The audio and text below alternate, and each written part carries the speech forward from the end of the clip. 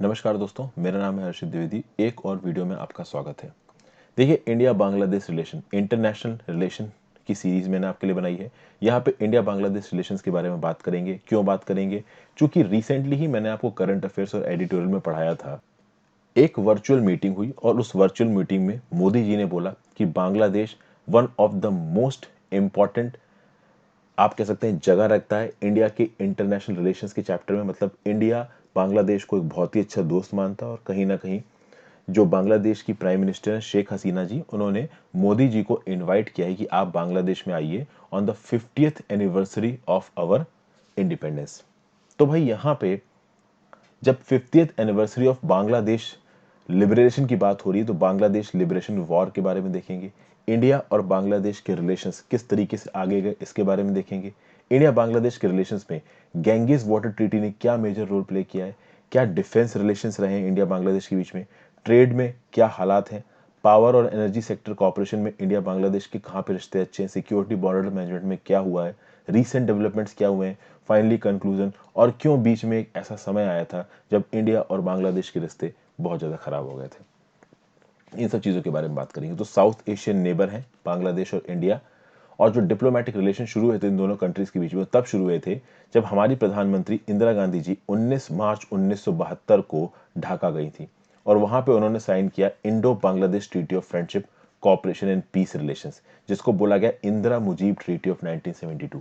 और उस समय पर बहुत जबरदस्त वेलकम मिला था, क्योंकि इंदिरा गांधी जी की लीडरशिप के ही अंदर इंडियन आर्मी ने जो ईस्ट पाकिस्तान था जो कि बांग्लादेश बना, वहां पे वेस्ट पाकिस्तान की आर्मी को बाहर खदेड़ा। 1 लाख प्रिजनर्स ऑफ वॉर थे जिनको छोड़ दिया गया था। ओके, तो ये जो Indo Bangladesh treaty of friendship, cooperation and peace relations है, जिसको इंदिरा मुजीब ट्रीटी बोला जाता है, एक तरफ थी इंदिरा गांधी जी और दूसरी तरफ थे बांग्लादेश के प्रधानमंत्री शेख मुजीबुर रहमान। शेख मुजीबुर रहमान को बहुत इंपॉर्टेंस दी जाती है, हालांकि अब उसके ऊपर भी काफ़ी सारी पॉलिटिक्स होती है। इस समय पे बांग्लादेश की जो रूलिंग पार्टी है बांग्लादेशी अवामी लीग, वो शेख मुजीबुर रहमान को बहुत मानती है। क्यों भाई? क्योंकि देखिए, शेख मुजीबुर रहमान वो इंसान थे जब 1971 में वेस्ट पाकिस्तान यानी आज का जो पाकिस्तान था उसकी आर्मी ने अटैक कर दिया था बांग्लादेशी नेशनलिस्ट पे। बंगाल में एक बहुत बड़ा नेशनलिस्ट तबका था जो कि बोल रहा था कि हमको अलग देश बना दो, हमें पाकिस्तान के साथ नहीं रहना। और उस मूवमेंट को लीड कर रहे थे शेख मुजीबुर रहमान। और शेख मुजीबुर रहमान की डॉटर शेख हसीना जी इस समय पे बांग्लादेश की प्रधानमंत्री है। इसको आगे कंटिन्यू करेंगे, बट आगे बढ़ने से पहले वीडियो पर लाइक का बटन दोस्तों अगर अब तक आपने नहीं दबाया हो तो, बहुत सारे लोग दबा देते हैं, thank you so much. Video को शेयर जरूर करिए, सब्सक्राइब जरूर करिए। देखिए, शेयर और कमेंट, अगर शेयर नहीं कर सकते हैं तो कमेंट करिए, लाइक करिए, इससे मेरी वीडियो का इंगेजमेंट बढ़ता है, इसलिए ये मैं आपको बार बार करने को बोलता हूँ। टेलीग्राम ग्रुप ज्वाइन कर लीजिए, वहाँ पे आपको इस लेक्चर की पीडीएफ मिल जाएगी। इंस्टाग्राम पे फॉलो कर लीजिए, आपकी जनरल डाउट्स के जवाब दूंगा। तो बात करते हैं भाई। ज्यादातर अगर आप हिस्ट्री की बात करें तो इंडिया और बांग्लादेश के रिलेशंस अच्छे रहे हैं। कुछ बॉर्डर डिस्प्यूट्स रहे हैं, बहुत अच्छे हो गए इंडिया बांग्लादेश के रिलेशन जब 6 जून 2015 को historic land boundary agreement sign हुआ। इससे एक नया एरा खुल गया रिलेशंस में। इंडिया और बांग्लादेश सार्क के भी मेंबर्स हैं, यानी South Asian Association of Regional Cooperation. BIMSTEC के मेंबर है, Bay of Bengal Initiative of Multi Sectoral Technical and Economic Cooperation. IORA के भी मेंबर है, इंडियन ओशन रिम एसोसिएशन, और कॉमनवेल्थ के भी मेंबर है। दोनों में कल्चरल टाइज हैं। बांग्लादेश में भी बंगाली लैंग्वेज बोली जाती है और जो हमारा वेस्ट बंगाल नाम का स्टेट है वहां पे भी बंगाली लैंग्वेज बोली जाती है। तो जो लिंक्स हैं वो सिविलाइजेशनल, कल्चरल, सोशल और इकोनॉमिक है। शेयर्ड हिस्ट्री है, कॉमन हेरिटेज है, म्यूजिक, लिटरेचर, आर्ट्स, सब में कनेक्शन है। एक और इंपॉर्टेंट चीज है, जो हमारे एक बड़े दिग्गज आप कह सकते हैं स्कॉलर थे रविन्द्रनाथ टैगोर जी। रविन्द्रनाथ टैगोर जी ने बांग्लादेश की भी नेशनल एंथम लिखी 1905 में, इंडिया की भी नेशनल एंथम लिखी 1911 में। 1970s में इंडिया और बांग्लादेश के रिश्ते बिगड़ने लगे। उसका एक रीजन था दोस्तों कि जो प्रेजेंट अवामी लीग थी, जो शेख मुजीबुर रहमान की पार्टी थी, उसके अपोजिशन में एक पार्टी थी जिसका नाम था बांग्लादेश नेशनलिस्ट पार्टी। अभी के लिए अगर आप पाकिस्तान ये बांग्लादेश की बात करेंगे तो ये जो बांग्लादेशी नेशनलिस्ट पार्टी है इसकी हेड है खालिदा जिया। ये एक कोर इस्लामिस्ट पार्टी है, कहीं ना कहीं प्रो पाकिस्तान और एंटी इंडिया है। 3 मेन पॉलिटिकल पार्टीज है बांग्लादेश में। एक तो बांग्लादेशी अवामी लीग जिसकी प्रेसिडेंट है शेख हसीना जी, जो कि अभी के लिए प्राइम मिनिस्टर है बांग्लादेश की। एक पार्टी है बांग्लादेशी नेशनलिस्ट पार्टी जिसकी हेड है खालिदा जिया। एक पार्टी है जातीय सरकार पार्टी। तो भाई कहीं ना कहीं इंडियन गवर्नमेंट भी ये चाहती है कि ये जो खालिदा जिया की पार्टी है, बांग्लादेशी नेशनलिस्ट पार्टी, ये पावर में नहीं आए। 1979 में यही पार्टी पावर में आ गई, जिसके चलते इंडिया बांग्लादेश के रिलेशंस थोड़े बिगड़ने लगे। फिर 1970s में कुछ और चीजें भी हुई। बांग्लादेश के रिश्ते अच्छे हो रहे थे with Islamic nations in the organisation for Islamic corporation. कहीं ना कहीं इस्लामिक आइडेंटिटी जोर देने लगी एथनो लिंग्विस्टिक रूट्स के ऊपर। एथनो लिंग्विस्टिक रूट्स देखिए, बांग्लादेश में जो रहते हैं लोग रहते हैं और इंडिया में जो लोग रहते हैं उनकी एथनिसिटी सेम है, सेम ही लोग हैं। भाई वेस्ट बंगाल में जो लोग हैं और बांग्लादेश में लोग हैं, उनकी एक ही एथनिसिटी है। वो अब अलग बात है कि भाई बॉर्डर खींच गए हैं, अलग देश हो गए, बट एथनिसिटी तो एक ही है ना, हिस्ट्री तो एक ही है। लिंग्विस्टिक रूट्स तो भाई वेस्ट बंगाल में भी लोग बंगाली बोलते हैं, बांग्लादेश में भी लोग बंगाली बोलते हैं, तो कोई फर्क ही नहीं है। लेकिन कहीं ना कहीं यहाँ पे इस्लामिक आइडेंटिटी डोमिनेट करने लगी बांग्लादेशी के पॉलिटिकल कोर्स में। 1980s में कोल्ड वॉर अलायंस था, तो कहीं ना कहीं इंडिया सोवियत यूनियन के साथ था, बांग्लादेश थोड़ा यूएस के साथ जाता दिखा, तो और रिश्ते बिगड़ने लगे। लेकिन ऐसा नहीं है कि रिश्ते हमेशा खराब रहे, रिश्ते सुधरेंगे। इकोनॉमिक लिबरलाइजेशन होगा साउथ एशिया में, कैपिटलिज्म की भावना पूरी दुनिया में फैलेगी, इंडिया में भी आएगी। तो भाई बायलेटरल इंगेजमेंट और ट्रेड बढ़ेगा इंडिया बांग्लादेश के बीच में। बांग्लादेश को पता चलेगा कि भाई इतना बड़ा नेबर है, इसके साथ अगर हम अपनी इकोनॉमी को जोड़ते हैं तो हमें भी फायदा है। फिर भाई historic Ganges water sharing treaty, ये ट्रीटी साइन हुई 1996 में। कहीं ना कहीं इस ट्रीटी ने इंडिया और बांग्लादेश के रिश्तों को बहुत सुधारा है। इंडिया और बांग्लादेश काउंटर टेररिज्म में भी बहुत जबरदस्त एक दूसरे के पार्टनर हैं, ट्रेडिंग पार्टनर भी बहुत बड़े हैं साउथ एशिया में। अगर आप यहाँ देखिए तो ये बांग्लादेश, ये जो रेड रंग के बॉर्डर के अंदर आपको पूरा नजर आ रहा है, ये बांग्लादेश है। अगर इसके वेस्टर्न फ्रंट में जाए तो आपको नजर आएगा कोलकाता, नॉर्थ में जाए तो आपको नजर आएगा, यहाँ नजर आ रहा है सिल्लीगुड़ी, नॉर्थ में है सिक्किम नहीं है एक्चुअली में, सिलीगुड़ी वेस्ट बंगाल में ही आता है, सिक्किम का बॉर्डर नहीं लगता, मैंने गलती से बोल दिया। तो बांग्लादेश के वेस्ट में है आपका वेस्ट बंगाल और नॉर्थ में भी वेस्ट बंगाल है। एक छोटी सी बॉर्डर जहां पे मैं यहाँ पे अभी शेड कर रहा हूँ, यहाँ पड़ती है, जहाँ पे कर्सर दिख रहा है आपको, ये है आसाम के साथ। फिर नॉर्थ में मेघालय भी है, फिर छोटी सी बाउंड्री इधर भी आसाम के साथ पड़ती है, ये है आपका त्रिपुरा, और नीचे की तरफ है आपका मिजोरम। तो कितने स्टेट्स के साथ बाउंड्री बना रहा है बांग्लादेश इंडिया के? तो भाई वेस्ट बंगाल के साथ बना रहा है, आसाम के साथ बना रहा है, मेघालय के साथ बना रहा है, त्रिपुरा के साथ बना रहा है, मिजोरम के साथ बना रहा है। तो ये वो स्टेट्स हैं जिनके साथ बांग्लादेश बाउंड्री बनाता है। बांग्लादेश की इंटरनेशनल बाउंड्रीज किसके किसके साथ हैं? तो ऑब्वियसली इंडिया के साथ हैं, और इधर आपको दिख रही है किसके साथ? म्यांमार के साथ। तो बांग्लादेश के दो ही इंटरनेशनल लेबर से, इंडिया और म्यांमार। अब बात करते हैं बांग्लादेशी लिबरेशन वॉर की। बांग्लादेशी लिबरेशन वॉर को बांग्लादेश वॉर ऑफ इंडिपेंडेंस भी कहा जाता है। रेवोल्यूशन था, आर्म्ड कॉन्फ्लिक्ट था।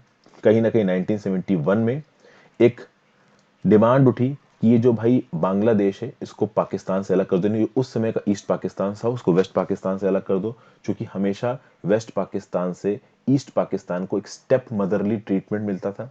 जितनी पॉपुलेशन थी ईस्ट पाकिस्तान की, यानी उस समय जो ईस्ट पाकिस्तान से आज था, आज का बांग्लादेश था, उसको जो मेन सरकार बैठती थी पाकिस्तान में, उतनी इंपॉर्टेंस नहीं देखती थी। और कहीं ना कहीं लैंग्वेज इश्यूज भी थे, लिंग्विस्टिक आइडेंटिटी अलग थी बांग्लादेश की उस समय की ईस्ट पाकिस्तान से, वेस्ट पाकिस्तान से। तो बंगाली नेशनलिज्म बांग्लादेश में तेजी पकड़ने लगा, सेल्फ डिटर्मिनेशन का मूवमेंट आगे बढ़ने लगा। तो ईस्ट पाकिस्तान वाले आज़ादी मांगने लगे। जब ईस्ट पाकिस्तान वाले आज़ादी मांगने लगे तो वेस्ट पाकिस्तान को गुस्सा आएगा और एक जेनोसाइड शुरू हो जाएगा। भाई पाकिस्तान की आर्मी उस लेवल के वॉर क्राइम्स करेगी जिस लेवल के वॉर क्राइम्स एक स्टेबल दिमाग का ह्यूमन बीइंग सोच भी नहीं सकता है।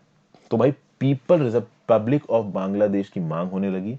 वेस्ट पाकिस्तान ने ईस्ट पाकिस्तान पर अटैक कर दिया 25 मार्च 1971 को ऑपरेशन सर्च लाइट के अंदर। और ऑपरेशन सर्च लाइट के अंदर आज के बांग्लादेश यानी उस समय के ईस्ट पाकिस्तान के लोगों को ढूंढ ढूंढ के मारा जाने लगा। बंगाली सिविलियंस, स्टूडेंट्स, इंटेलिजेंस या religious minorities, armed personnels, womens का रेप, छोटे छोटे एक एक दो दो तीन तीन साल के बच्चों को मुंह पे गोली मारना, ये सब शुरू कर दिया वेस्ट पाकिस्तान की आर्मी ने। फिर भाई प्रॉब्लम हो गई। आपके बांग्लादेश में उस समय के सबसे बड़े लीडर कौन थे? शेख मुजीबुर रहमान। इनको अरेस्ट कर लिया गया। तो भाई यहाँ पे इंडिया में बैठी थी प्राइम मिनिस्टर इंदिरा गांधी जी, और इंदिरा गांधी जी कैरिज्मेटिक लीडर थी, वो डरने वाली लेडी नहीं थी। उन्होंने तो मार्च 1971 में बोला कि भाई हराओ इस पाकिस्तान को। हमारे जनरल्स ने बोला कि नहीं भाई, अभी ठीक नहीं है वहां पर आना, मानसून के मौसम में पाकिस्तान की आर्मी से बांग्लादेश में लड़ना सही नहीं होगा। तो हमने अपनी तरफ से वॉर को थोड़ा डिले किया। 25 मार्च 1971 से लेके दिसंबर तक टॉर्चर करते रहे पाकिस्तान यानी वेस्ट पाकिस्तान वाली आर्मी ईस्ट पाकिस्तान के लोगों को। लेकिन फिर 3 दिसंबर 1971 को इंडिया ने अटैक मारा। 16 दिसंबर को वॉर खत्म हुआ और बुरी तरीके से हार गया वेस्ट पाकिस्तान। वेस्ट पाकिस्तान के 1 लाख सोल्जर्स ने इंडिया के सामने सरेंडर कर दिया। ठीक है भाई, और बांग्लादेश बन गया। तो कहीं ना कहीं बांग्लादेश जो आज बना है उसके लिए इंडिया रिस्पॉन्सिबल है। अगर इंडिया मदद नहीं करता बांग्लादेश तो बांग्लादेश आजाद नहीं हो पाता। फिर बात करते हैं गैंगेस वाटर ट्रीटी की। गैंगेस ट्रीटी साइन हुई किसके बीच में? इंडिया और बांग्लादेश के बीच में। क्या था गैंगेस ट्रीटी में? तो ये जो गंगा का पानी है जो कि बांग्लादेश में भी जाता है, इसके सरफेस वाटर को किस प्रकार से यूज किया जाएगा फरक्का बैरेज पे। फरक्का बैरेज इंडिया की साइड है। फरक्का बैरेज इंडिया को सहूलियत देता है कि कितना पानी बांग्लादेश में भेजना है और कितना पानी इंडिया की तरफ रखना है। तो अगर फरक्का बैरेज पे आप बहुत ज्यादा पानी गंगा का इंडिया की साइड रखते हो तो ऑब्वियस सी बात है बांग्लादेश सरकार नाराज हो जाएगी कि भाई मेजोरिटी ऑफ पानी आप अपनी तरफ खींच रहे हो। तो यहां पे बात हुई कि भाई गंगा को इंडिया और बांग्लादेश के बीच में प्रॉपर तरीके से एलोकेट किया जाए, क्योंकि this was the subject of conflict for 35 years. Finally एक कॉम्प्रिहेंसिव बायलैटरल ट्रीटी साइन हुई। इंडिया की तरफ से प्राइम मिनिस्टर एच.डी. देवगौड़ा साहब, बांग्लादेश की तरफ थी प्राइम मिनिस्टर शेख हसीना वाजिद। 12 दिसंबर 1996 को दिल्ली में एग्रीमेंट साइन हुआ, 20 साल का वाटर शेयरिंग एग्रीमेंट, जहां पे बांग्लादेश के गंगा के वाटर्स के ऊपर राइट्स को रिकॉग्नाइज किया गया। कहीं ना कहीं डिफेंस में भी बांग्लादेश और इंडिया के जो रिश्ते थे काफी पुराने रहे हैं। मुक्ति बाहिनी की सेना को ट्रेनिंग देना बांग्लादेशी लिबरेशन वॉर ऑफ 1971 के दौरान ये इंडिया ने किया। कहीं ना कहीं आज की डेट में भी ज्वाइंट एक्सरसाइजेस और ट्रेनिंग होती हैं इंडिया और बांग्लादेश के बीच में। ज्वाइंट एक्सरसाइजेस कौन कौन सी हैं आप नीचे कमेंट बॉक्स में बताइए। सबसे पहले इंडिया ने अगर defence related line of credit दिया है किसी नेबरिंग कंट्री को तो बांग्लादेश को दिया $500 मिलियन का। लाइन ऑफ क्रेडिट कोई ग्रांट नहीं होती, लाइन ऑफ क्रेडिट एक प्रकार का लोन होता है। लेकिन उस लाइन ऑफ क्रेडिट के चलते मान लीजिए इंडिया ने बांग्लादेश को $500 मिलियन का लाइन ऑफ क्रेडिट दिया है, तो इस लाइन ऑफ क्रेडिट के चलते इंडिया से $500 मिलियन तक के डिफेंस इक्विपमेंट्स बांग्लादेश मंगवा सकता है और बाद में मिनिमम रेट ऑफ इंटरेस्ट पे वो पैसा इंडिया को वापस कर सकता है। फिर बांग्लादेश और इंडिया की जो आर्मी है वो और भी बहुत ज्यादा चीजों में एक दूसरे के साथ इन्वॉल्व है। म्यूचुअल ट्रेनिंग प्रोग्राम्स होते रहते हैं काउंटर टेररिज्म इश्यूज पे, नेचुरल डिजास्टर्स की मैनेजमेंट से रिलेटेड, ह्यूमैनिटेरियन असिस्टेंस और डिजास्टर रिलीफ की जो ट्रेनिंग एक्सरसाइज होती है वो अक्सर कर दोनों कंट्रीज के बीच में होती रहती है। ट्रेड की बात की जाए तो पहला ट्रेड एग्रीमेंट इंडिया और बांग्लादेश के बीच में साइन हुआ 1972 में। ठीक है भाई, 5 साल के लिए था, बाद में बोला गया इसको ऑटो रिन्यू किया जाएगा। 2018-19 का डाटा देखा जाए तो इंडिया ने बांग्लादेश में एक्सपोर्ट किया है यूएस $9.21 बिलियन का। बांग्लादेश से इंडिया में इंपोर्ट आया $1.22 बिलियन का। बहुत ज्यादा नहीं है, इसमें बहुत इंप्रूवमेंट का स्कोप है। अब देखिए कितना इंप्रूवमेंट हो पाता है। अगर बात करें इंडिया को बांग्लादेश ने क्या क्या सहूलियतें दी हैं, तो भाई अगर आप नक्शा देखिए, मैं नक्शे पे थोड़ा वापस जाता हूं, तो मान लीजिए इस नक्शे में मैं एक बार मार्कर ऑन कर देता हूं। मान लीजिए इस नक्शे में दोस्तों आपको कलकत्ता से जाना है, कहां पे? कलकत्ता से आपको जाना है मिजोरम में। तो कलकत्ता से मिजोरम में जाने के लिए एक रास्ता तो आप ये पकड़ो कि पूरा भाई सिल्लीगुड़ी होते हुए गुवाहाटी होते हुए यहां पहुंचो मिजोरम। दूसरा आप ये पकड़ो कि आप सीधे एक वाटरवे पकड़ के यहां से निकल के मिजोरम चले जाओ। तो मतलब कि कलकत्ता से मिजोरम जाना है तो थ्रू बांग्लादेश जाना बहुत आसान हो जाएगा। तो कहीं ना कहीं यहाँ पे बांग्लादेश नॉर्थ ईस्टर्न स्टेट्स के साथ हमारा मेन लैंड को कनेक्ट किया जा सके, इसके लिए बहुत इंपॉर्टेंट था और उसमें बांग्लादेश ने मदद की भी है। बांग्लादेश ने ट्रांजिट फैसिलिटीज प्रोवाइड की इंडिया को ताकि इंडिया के नॉर्थ ईस्टर्न स्टेट्स को थ्रू वाटरवे कनेक्ट कर सका जा सके इंडिया से। तो इंडिया के मेन लैंड से अगर कार्गो भेजना है, ठीक है, तो भाई नॉर्थ ईस्टर्न स्टेट्स को कार्गो भेजा जा सकता है इंडिया से through waterways passing from Bangladesh. फिर भाई रोडवेज, बांग्लादेश की सड़कों का प्रयोग करके जो पैसेंजर्स हैं वो सीधे बांग्लादेश के थ्रू होते हुए नॉर्थ ईस्टर्न स्टेट्स में जा सके थे। वाटरवेज के ट्रांजिट के लिए जो इंडिया और बांग्लादेश के बीच में प्रोटोकॉल साइन हुआ है उसका नाम है the protocol on inland water transport and trade, जिसको PIWTT भी बोलते हैं। ठीक है, पावर और एनर्जी सेक्टर की कॉपरेशन की बात की जाए तो भैया पावर सेक्टर में जो कॉपरेशन रहा है इंडिया बांग्लादेश का जबरदस्त रहा है। Bangladesh 600 megawatt of power India से इंपोर्ट करता है। एक 1320 मेगावाट का कोल फायर्ड मैत्री थर्मल पावर प्लांट जो कि एक ज्वाइंट वेंचर है 50-50% का।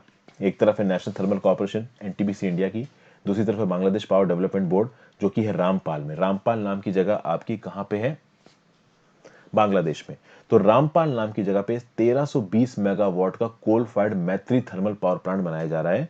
किसके किसके बीच में? NTPC एक तरफ, दूसरी तरफ बीपीडीबी क्या है? Bangladesh power development board. NTPC तो याद रहेगा, but Bangladesh power development board याद रखना थोड़ा मुश्किल है। बट ये याद रखिएगा कि इंडिया बांग्लादेश के रिश्ते से रिलेटेड बात लिखनी हो तो 1320 मेगावाट का कोल फायर्ड मैत्री thermal power plant at Rambagh Bangladesh, ये याद रखिएगा। उसके बाद इंडिया की जो पब्लिक सेक्टर यूनिट्स है, जैसे इंडियन ऑयल कॉर्पोरेशन नुमालीगढ़ में, नुमालीगढ़ रिफाइनरी लिमिटेड, तो Indian oil corporation, Numaligarh refinery limited, Petronet LNG limited, ये बांग्लादेशी कंपनीज के साथ ऑयल एंड गैस सेक्टर में लगातार कोऑर्डिनेट कर रही हैं। सिक्योरिटी और बॉर्डर मैनेजमेंट की बात की जाए तो इंडिया और बांग्लादेश का 4096.7 किलोमीटर का बॉर्डर है। इंडिया का अगर सबसे बड़ा इंटरनेशनल बॉर्डर किसी कंट्री के साथ है तो वो बांग्लादेश का बॉर्डर है। कौन कौन से स्टेट्स इंडिया के बांग्लादेश का बाउंड्री बनाते हैं मैं आपको बता ही चुका हूँ। इंडिया और बांग्लादेश ने एक लैंड बाउंड्री एग्रीमेंट साइन किया है जून 2015 में। अगर आपको इस लैंड बाउंड्री एग्रीमेंट के बारे में जानना है दोस्तों, तो मैं एक वीडियो बना रखा है यहाँ पे। ये मैंने लक्ष्मीकांत की सीरीज में वीडियो बनाई, union and it's territory, article 1 to 4 of the Indian constitution मैंने बना रखा है। इसमें एंड में देखिए दोस्तों, यहाँ पे exchanges of territories with Bangladesh, land boundary agreement 2015 का मैंने समझा रखा है। तो अगर आपको ये वीडियो देखनी है तो आप यूट्यूब में सर्च मारिए land boundary agreement 2015, LBA agreement 2015, मेरे नाम के साथ, हर्षित द्विवेदी के साथ, आपको ये वीडियो मिल जाएगी। आप जाके इस वीडियो को देख लीजिए। ये जो land mark boundary agreement sign हुआ है ना 2015 का, जिससे जो बांग्लादेशी इनक्लेव्स थे, जो इंडियन जमीन में थे, वो इंडिया के पास रह गए, जो इंडियन इनक्लेव्स थे बांग्लादेश की जमीन में थे, वो वहां के लोग इंडिया के पास आ गए। मतलब कि इन इनक्लेव्स के चलते एक्चुअली में इन्फिल्ट्रेशन बहुत हो रहा था बांग्लादेश की साइड पे, कहीं ना कहीं लोगों का शोषण हो रहा था। इससे इंडिया को कुछ स्क्वायर किलोमीटर की टेरिटरी का नुकसान हुआ, बट वो एक्चुअली में नुकसान नहीं था, जो कि वो बांग्लादेश के कंट्रोल में ही थी। पूरा मैटर जानना है तो इस पर्टिकुलर वीडियो को जरूर देखिए जाके, आपको काफी कुछ पता चलेगा लैंड बाउंड्री एग्रीमेंट 2015 के बारे में। अब रिसेंटली देखते हैं क्या क्या डेवलपमेंट हुए। जैसा कि मैंने आपको वीडियो की शुरुआत में बताया, एक वर्चुअल समिट हुई। एक तरफ थे नरेंद्र मोदी साहब, दूसरी तरफ थे बांग्लादेश की प्राइम मिनिस्टर शेख हसीना जी। इन्होंने बहुत सारे इश्यूज पे बात की।